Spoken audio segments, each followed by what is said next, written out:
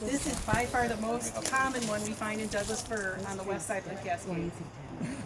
And Kristen and I often joke, we go out and work with people all the time, and oh, you know, I've had this mystery disease, and Kristen will go, yeah, have fun with all that laminated root rot, and then it's like, it's amazing if it's something else for us. So, I mean, this is something we encounter all the time. It's, you guys didn't just get unlucky, you know, this is very common in our forest. Right over here is the one with all the cones. Right, so, and the thing is, you remember we talk about the root contact, so I'll tell you in a recreation setting, our recommendation for, and this is in campgrounds and stuff that we manage, and we've told people it's safe to come camp there.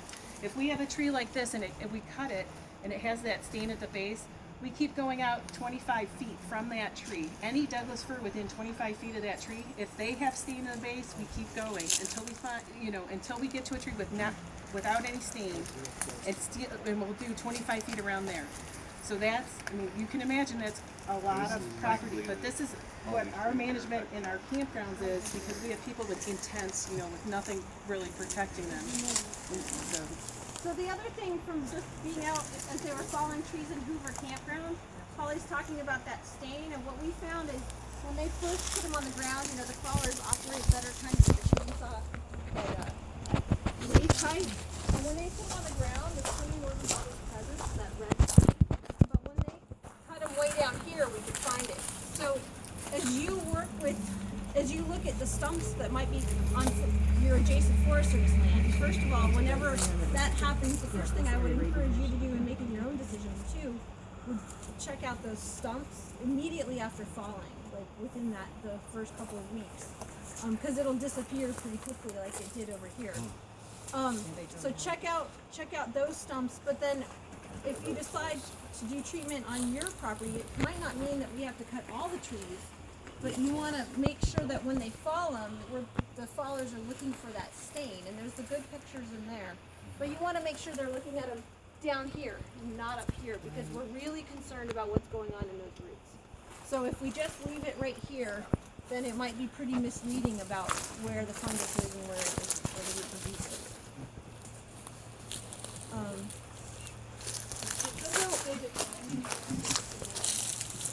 I know, we're just talking about the biology of the disease right now. You have to talk to Grady about that. We come from the perspective of the fungus. Right. So one of the other things, and it's not always obvious and it doesn't always happen, is that sometimes the trees will pitch a little bit at the base or cause kind of a chocolate butt color, a chocolate base. This one was pitching right here, and so that's why we decided to excavate out and chop right here. So if you see some pitch exudate at the base of the tree or around the roots, that's kind of another red flag for you. Something, yeah, that, you know, requires a little closer examination. So if these trees have this when they are felled, then are they good for any? Can they be used for anything? Are they dead all the way up and they're no good? This tree's been it's attacked by Douglas fir beetle now, but no, the decay doesn't extend very high up. Like maybe, you know, sometimes this high up. So there would be worth in the trees that we do take Right. down. Oh, definitely. Right. Okay. Yeah. Okay. Everything from here Great. on up is going to be in great Okay. condition. It's going to be Okay. merchantable, yeah. Okay. Great. So when the bark beetles come in, they bring other fungi in with them that decay the stem. So that's, you know, a different issue than what we're talking about, and that's Okay. where you can start losing some value in the timber. But that's another, you know, the sapwood decays that the bark beetles bring in with them, those fungi. They work pretty quickly, so you don't want to leave standing dead trees for a huge long time Right. if you want any value out of them. But yeah, no, the root disease won't affect that. You know, you might lose the bottom, you know, Right. 3 or 4 feet of the stem, but that's it. Because they just took 3 out of, was it 3 out of our house or 2? And they're going to use them. So I mean they were happy with. Yeah, they didn't turn it into firewood. Yeah. You know, the good thing here is that these are all really fairly young. They're Yeah. 70-year-old, pretty straight, no other defects.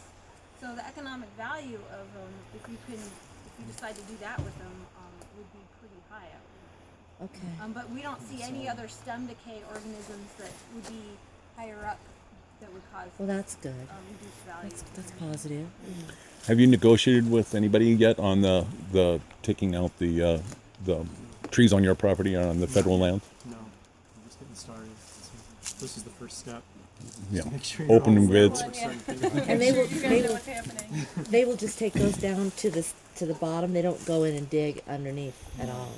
So what stops them from all those things down below from continuing to get bugs and go to the next trees and everything? Well, it doesn't.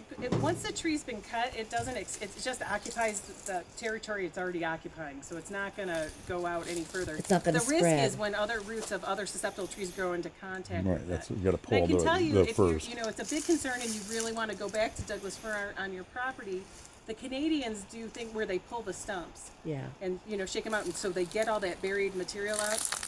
In the U.S. we don't tend to do that. We don't manage our forests that extensively at this point any longer. Also, it creates a lot of soil disturbance, as you can imagine. So there's issues with that. We like to keep our soils healthy as much as possible too. But it is definitely a possibility. That excavation it costs quite a bit of money. Here it's relatively flat. That's another reason the Forest Service doesn't use that. Is not only the soil problems and disturbing all that soil, but also we don't manage a whole lot of flat ground. So getting the equipment in there to actually pull those stumps is a much more of a challenge for us. But it's definitely a possibility that would remove a lot of that inoculum. I can tell you though, they've done a lot of experiments where they've done those, and they've had people root rake and hand pick the little roots out of the soil, and it's there's still some disease usually in the Okay. next generation. You could greatly diminish the amount of fungus living underground. So, I mean, it is effective that way, but it's almost impossible to eliminate it completely. The thing to do is then to try to manage a species that is totally resistant to it, that the fungus cannot attack it and survive.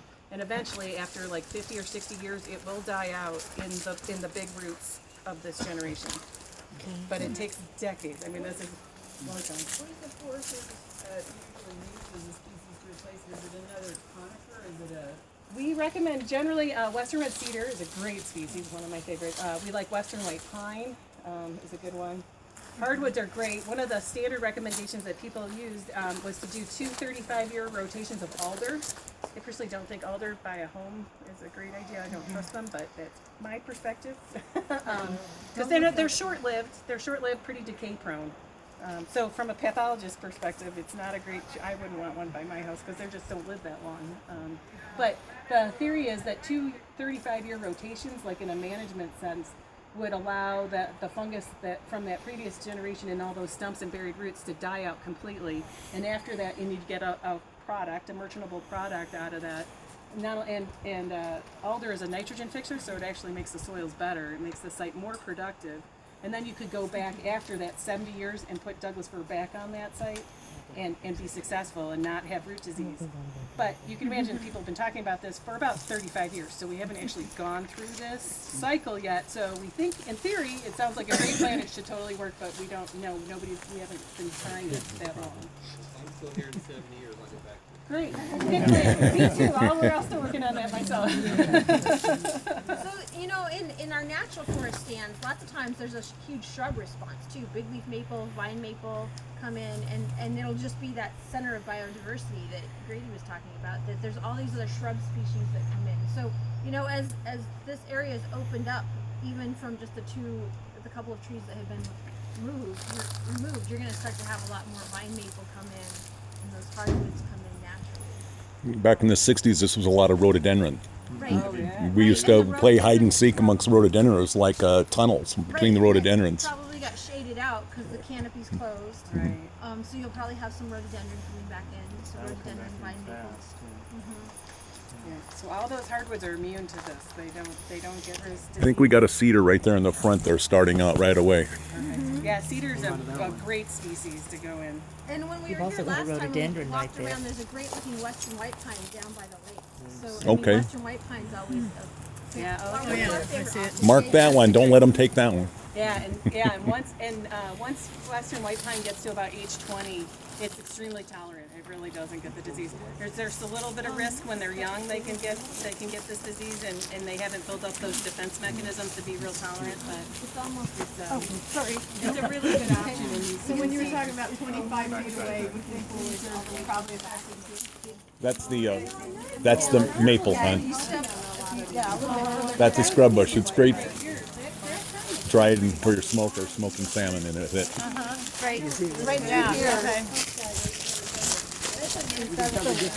Right. Oh, okay. You can see the big cones. So yeah, that, you know, that 25-foot thing, that's, we use that in campgrounds, and we're very concerned about that, so it's a really conservative approach. You know, maybe like the extreme approach, the opposite of conservative, but yeah, because we really don't, you know, we don't want anybody to be endangered. I'll tell you, I have laminated root rot by my house, and I keep watching it's my neighbor's tree, and I'm watching the crown, and I'm like, okay, when it gets a little more thin, I'm gonna have to talk to Bob and ask him about taking that down, because it could hit my house. But I have another tree that really has great crown symptom on the other side of my property, and I'm like, well, if it falls, it might kill one of Bob's cows, but it's nowhere close to hitting my house. Like, I'm like, the worst damage it could do is hurt one of his cows who happened to be standing right underneath it and failed. So that one, I'm just gonna let go. I'm not worried about it. But, you know, so that's, you know, the kind of thought as a homeowner that has this around her house. Like, This one right here, see right above that chimney there? that's a Hoya. That's a cedar. Oh yeah. That is a sequoia, yeah. We're becoming horticulturists That here. one's fine. That's a great tree. Oh yeah. It's interfering with the TV section. We're just not too fond of the trailer that's over there that's been condemned and not removed. Really, the little trailer on the other side of you? Oh, it's been condemned, yeah. Yeah, really? Oh, yeah. I mean, 6 years ago, 7 years ago. Oh, really? They had flood damage in there, and the insurance company totaled it and condemned it. Leaf maple And so is it's one, unlivable. And it's just red sat alder. there. Nobody's trying to sell just the pair property? Big leaf maple definitely is less decay from than all the longer. So right now, it's not. Well, except he wants to sell it as if it was a buildable lot. Definitely. And we're working on it free, you I know. had an uncle like that. He was consistently selling this disheveled $300 a square foot because that's what he knew he could get for it. We actually have right of on that lot, but again, that's what he's trying to do is sell it as a buildable lot, but it's too small. Did he inherit it or is he the original owner? Oh no, he bought it, but he bought it, you know, for $10,000 or $12,000, I think. And He wants to the guy flip it, was- make 50. the guy that was there before was a friend of ours when he died. And he had a